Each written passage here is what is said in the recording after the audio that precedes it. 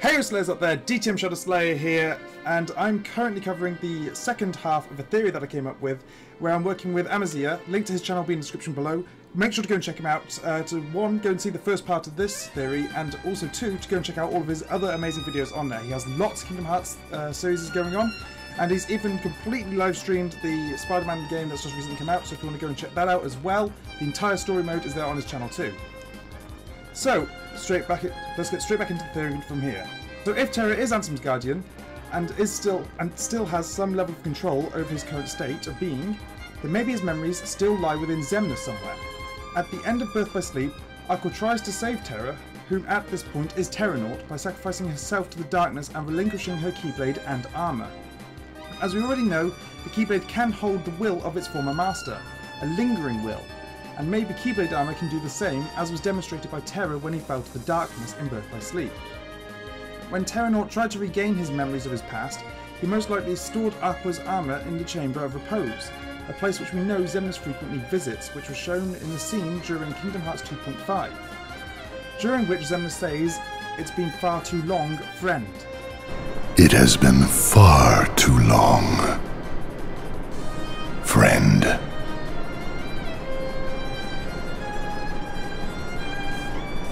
This brings us back to the point in Amaziah's part of this theory. How far does Terra's lingering will go? And how far do his memories reach? Could this be Terra's memories speaking through Xemnas? After all, when Xehanort split himself into both a Heartless and a Nobody, whilst possessing Terra's body, would it really be too out there to say that Terra was also split? His Heartless form being Ansem's guardian and his memories being inside Xemnas. After all, we do know Nobodies keep their memories. This now brings us to our main point. When Aqua was made a Seeker of Darkness by Xehanort, at some point between 2.8 and Kingdom Hearts 3, could she maybe have passed her lingering will onto her Keyblade and Keyblade armour, which to our knowledge is still in the Chamber of Repose, in the Radiant Garden? Showing that cutscene in Kingdom Hearts 2.5 must hold some sort of significance other than hinting at that Terra's memories are still inside Xemnas. We do also know that Tetsuya Nomura loves to blow our minds with his genius and grandeur. And this has just reminded me of something, Amaziah. What's up?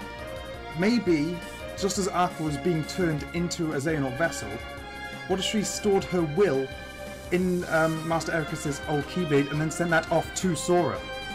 Well, definitely I think that is a very huge possibility, because we do know that Keyblades are actually kind of sentient of their own. We saw this with like the Keyblade in Kingdom Hearts 1, in which people spoke about it in the way that, of course, it chooses its master. It doesn't like go to someone just because they're a person. It actually chooses you.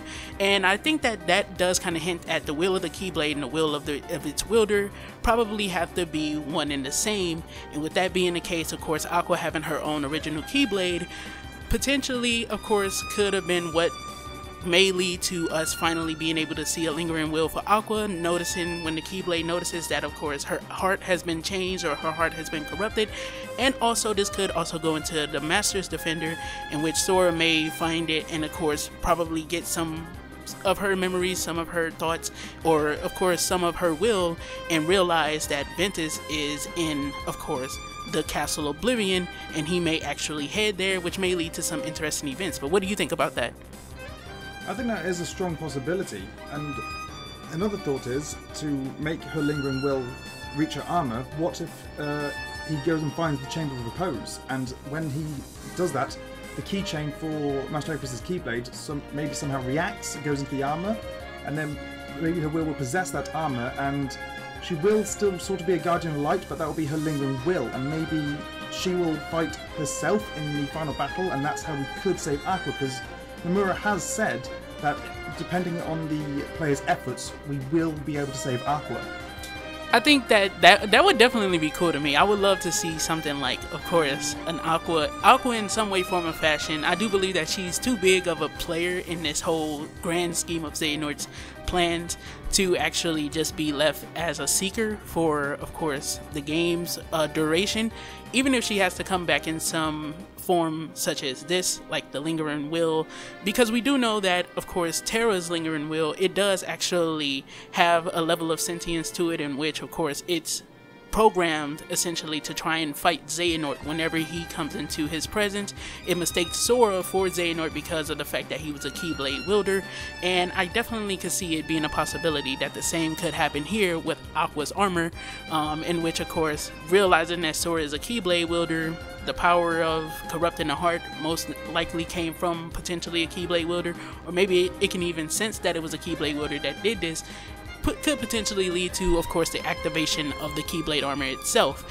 And this is also something that I find very interesting, because if you remember in Kingdom Hearts Dream Drop Distance, Ventus also attaches his armor to Sora as well, and then essentially that becomes like a lingering will inside of Kingdom Hearts Dream Drop Distance, in which the armor sucks up all of the darkness and protects Sora's body. And then of course it emerges when Riku comes to try and save him, and of course it lets go of Sora when he actually defeats the darkness within him, or suppresses it enough that he's able to actually open the door to his heart. Yeah, that is a very good point. So there's so many possibilities that the game could take here. But anyway guys, that is it from us. Like I said at the beginning of the video, make sure to go and check out Amaziah. His link will be in the description below, and it will also be pinned to the top of the comment section.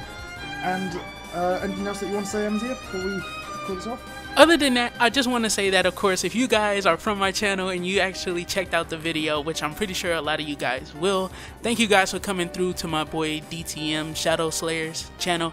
It was a huge favor, of course, for you guys to do. I left his channel in the pinned comment and, of course, the description, so pretty much no one should have missed it. And, of course, I actually promoted it within the video itself.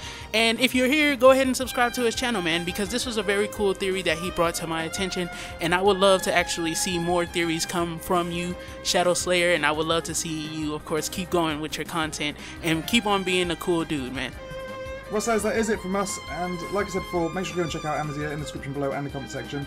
And if there's any thoughts that you guys have, make sure to let me know in the comment section down below, and we'll see you all in the next chapter. Peace!